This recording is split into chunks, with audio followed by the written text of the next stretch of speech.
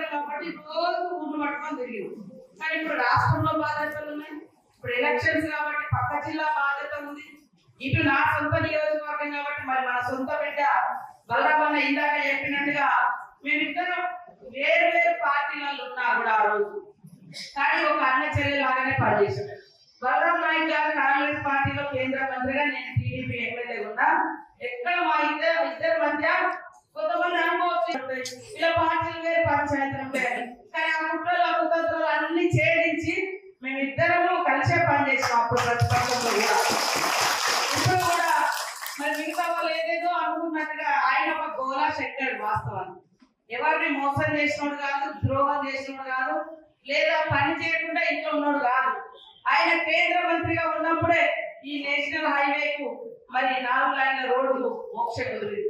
కొడిసెల road ఆయన central నుంచి తీసుకొచ్చింది. నేను అప్పుడు ఎమ్మెల్యే ఉన్నా.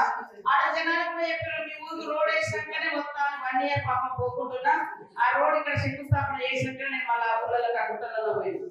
అట్లా ఇవాళ బ్రిడ్జి 7 నాలుగు బ్రిడ్జి మరి అదే విధంగా అన్ని ఊర్లకు పెద్ద పెద్ద రోడ్లు కానీ మోడల్ స్కూల్, మన దగ్గర చదువుకి వచ్చిన మోడల్ స్కూల్, కస్తూరిబా స్కూల్, చాలా అంగన్వాడీ సెంటర్స్, ఇవన్నీ కూడా వారి హయాంలోనే. మరి ఏటనగర్ నుంచి భద్రాచలం దాకా, మల్లంపల్లి నుంచి మహబూబాబాద్ దాకా పెద్ద రోడ్డు, ఇవన్నీ కూడా వారు తీసుకొచ్చినాయి అప్పుడు కాంగ్రెస్ గవర్నమెంట్ లో.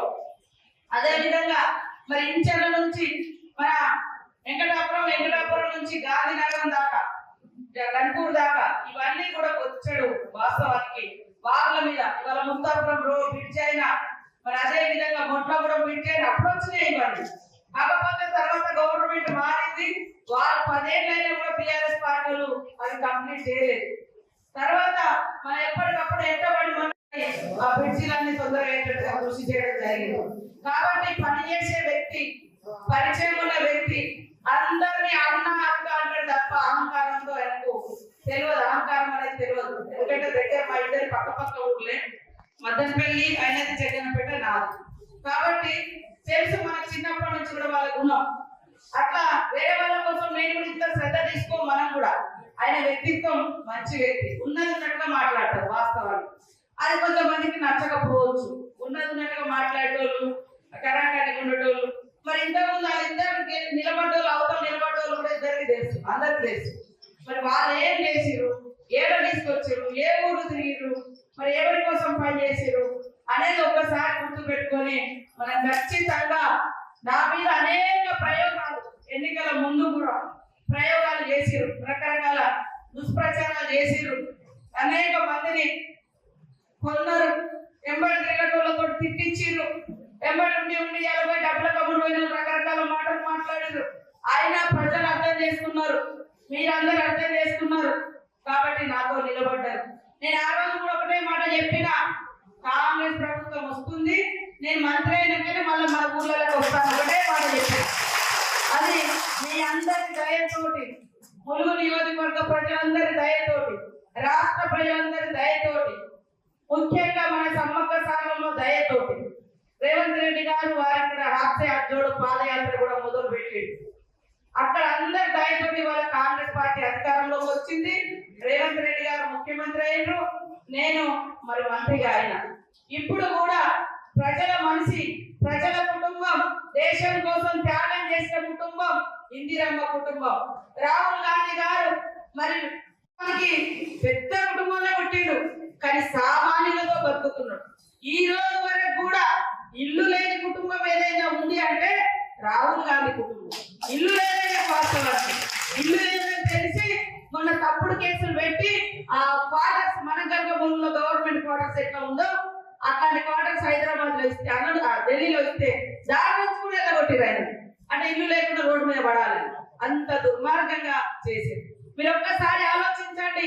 ఇవాళ ఊళ్ళలో 100 రోజుల పని వచ్చిందంటే సోనియమ్మ పెట్టింది, మన్మోహన్ సింగ్ పెట్టిండు, మన బలరాం నాయక్ గారు అప్పుడు మంత్రిగా ఉండి తెచ్చిన చట్టం 100 రోజుల పని మూలంగానే. ఆ చట్టం మూలంగానే ఇవాళ ఊళ్ళలో సిసి రోడ్లు, శ్మశాన వాటిక, లేకుంటే ప్రకృతి వనం, మన రైతు భవనాలు, మరి ఇవన్నీ కూడా వచ్చేది ఎక్కడి? అప్పుడు చట్టం తెచ్చింది సోనియమ్మ.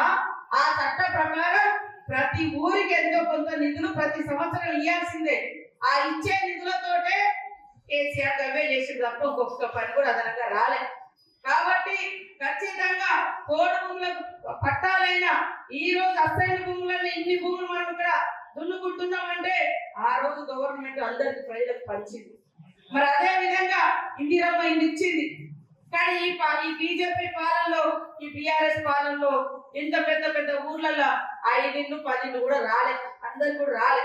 కాబట్టి దయచేసి మీరందరూ కూడా మరొక అవకాశం మన బలరాం అన్నకి ఇవ్వాల్సిందే. ఆయన ఉంటే కేంద్రం నుంచి నిధులు వస్తాయి.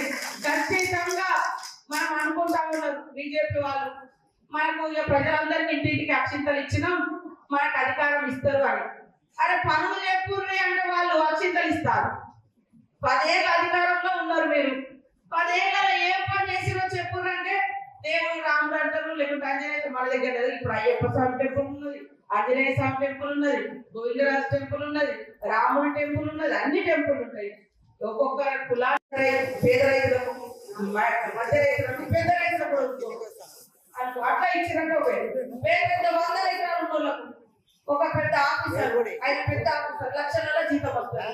గుట్టలను పట్టా వేసుకున్నాడు 26 ఎకరాలు, ఆయన కూడా పోయి గుట్టనే అది. మరి పెద్ద పెద్ద ముఖ్యమంత్రులు మంత్రులు అందరూ అదంతా తీయాల్సిన అవసరం ఉంది వాస్తవానికి.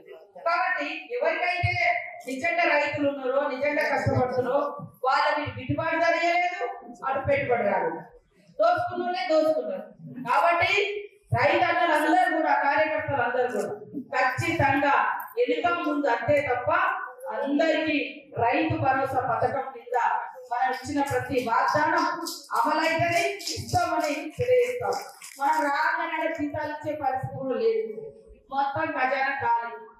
అలా అందుకనే అన్నారు ఎట్టిస్తారు అని. ఎట్టిస్తారు ధనిక రాష్ట్రం అన్నారు కదా, లేకుంటుంటాయని మనం అనుకుంటాం. ధనిక రాష్ట్రాల్లో 7 లక్షల కోట్లు అప్పులు చేసారు, 70,000 వడ్డీ కట్టాలి. ఇప్పుడు ప్రతి సంవత్సరం 70,000 కోట్లు అప్పు కట్టాలి, 70,000 కోట్లు వడ్డీ కట్టాలి. 7 లక్షల కోట్లు అట్లా చేసిర్రు. మరి పేదలను నిలిచిరా లేదు, పేదల భూములు వంచిరా లేదు, మనకేమన్నా గల్లి గడప ఏమన్నా నిధులు ఇచ్చిరా లేదు. మరి వాళ్ళకి నచ్చినట్టుగా తీసుకున్నారు, దోచుకున్నారు, అవతల పడ్డారు. ఇలా ప్రశ్నించే వాళ్ళ మీద మమ్మల్ని రకరకాలుగా ఆ మీడియా ఈ మీడియా అని దొంగ మీడియాలు కొంత పెట్టుకొని తిడతా ఉన్నారు. గతంలో కూడా ఎన్నికల ముందు మరి 20 ఏళ్ళ నుంచి మేము రాజకీయాలలో ఉన్నాం, ఏ రోజు కూడా మరి లేదు. ఎందుకంటే పేరు వస్తుంది, ప్రజల కోసం ప్రశ్నిస్తారు, వీళ్ళు మాట్లాడతారు. అసెంబ్లీలో మాట్లాడినాం ఆ రోజు నుంచి. మరి పార్టీలు మారకుండా పోయిన ఎన్నికలలో ఎంత గోస పెట్టిరో, ఎక్కడెక్కడి నుంచో వచ్చి దుర్మార్గులు నాశనం అయిపోతారన్న సమ్మక్క సాగమ్మ దయతోటి, మీ అందరి దయతోటి గల్లనే పోతారు. తప్పు చేయనప్పుడు మరి ఏదో దొంగ నాటకాలు వేసి నేనంటే సీతకి యాక్సిడెంట్ చేయించుకుంటుంది, ఆమె కొట్టి 2 లక్షలతో ఇళ్ల స్కీము, 200 యూనిట్లు కరెంటు ఫ్రీ, దాదాపుగా 1000-1500 కరెంటు మాఫీ అవుతుంది. అదే కాకుండా మా అక్కలందరూ కూడా ప్రతి ఇంట్లో ఉన్నారు, అక్కలు చెల్లెలు ఫ్రీగా బస్ ఎక్కుతా ఉన్నారు. గతంలో 5-6 వేలు భారం పడేది, హన్మకొండ 5-6 వేలు రావాలంటే ఇప్పుడు ఫ్రీగా ఉంది. దాని కూడా మరవలేదు వాళ్ళు, టీఆర్ఎస్ వాళ్ళు, బీజేపీ వాళ్ళు. బస్సులు ఎట్టినట్టే ఆటోలు ఎట్లా, ఆటోలను కూడా ఆలోచిస్తాం. కానీ మనం మెయిన్ రోడ్ల మీదే కదా బస్సు నడిపేది. ఇప్పుడు హైదరాబాద్ పోవాలి, మరి ఆటో తమ్ముడు వస్తాడు హైదరాబాద్ దాకా రాలేడు కదా, హన్మకొండ దాకా రాలేడు కదా. మరి కింద గల్లీలలో అంటే సరే ఆటోలు నడుపుతాయి, అలా కూడా ఇంకా రోడ్ ట్యాక్స్ కానీ ఇన్సూరెన్స్ కానీ అవన్నీ ఫ్రీ చేయాలనేది మన ప్రభుత్వం ఆలోచన. అట్లా కూడా బస్సులో నడవలేదు, ఫ్రీ బస్సులు వద్దని ఇట్లా కూడా వదిలిపెట్టేది. కాబట్టి ఉచితంగా బస్సులు, మహిళలకు 200 యూనిట్ల కరెంటు నడుస్తుంది. 400 రూపాయలు ఉంటే గ్యాస్ సిలిండర్ కాంగ్రెస్ ఉన్నప్పుడు. మరి బీజేపీ వచ్చినాక ఎంత 1200-1300 పెంచింది. మళ్ళీ ఇప్పుడు మనం 500కి ఇస్తాము. మరి ఆ రోజు కాంగ్రెస్ ఉన్నప్పుడు ఏది ఉన్నా కూడా అద్భుతం ఉండేది. మీరు మన రైతన్నలు కూడా చెప్పాలి, పోయినసారి పోతాం అంటే ఎక్కడన్నా కటింగ్ అయిందా వాళ్ళ కాడ? మొన్న కాంగ్రెస్ వచ్చిన తర్వాత ఎక్కడన్నా కటింగ్ చేసిందా? కటింగ్ లేకుండా ధాన్యం కొనుగోలు అయింది 10 ఏళ్ల తర్వాత. కాబట్టి కొంతమంది దుష్ప్రచారం చేస్తాను రైతు బంధు ఉండదని. వాస్తవానికి ఖాళీ ఖజానా ఉన్నది, అయినా కూడా ఇస్తున్నారు. మొన్న కొన్ని వేసిరు, ఇంకా ఇస్తారు. ఎక్కడ కటింగ్ లేదు, ఇక్కడ కూడా పట్టా లేనటువంటి రైతులకు కూడా పంట తీసే రైతులందరికీ ఖచ్చితంగా రైతు బంధు వస్తుంది. 5 ఎకరాలైనట్టు 6 ఎకరాలైనట్టు కాదు, ఖచ్చితంగా రైతులందరితో చర్చించి ఎందుకంటే టిఆర్ఎస్ పాలనలో మరి 100 ఎకరాల గడిలకు ఇచ్చేది, పెద్ద పెద్ద ఫామ్ హౌస్లకు ఇచ్చేది. చిన్న ఇల్లు ఉంటే కరెంటు బుగ్గ ఉంటే వాళ్ళకేమో కరెంటు బిల్ వేసేది. పెద్ద గడి ఉంటుంది, ఆడ ఫామ్ హౌస్ ఉంటుంది, 100 ఎకరాలు 200 ఎకరాలు ఉంటుంది, వాటికి కరెంటు లేదు, కరెంటు బిల్లు లేదు. అంటే చూడు పేదోళ్ళ మీద భారీ వేసి మొన్న బయటకు వచ్చింది నేషనల్ హైవే. ఇప్పుడు ఈ రోడ్ ఉంటుంది, రోడ్ పోతుంటే దానికి కూడా రైతు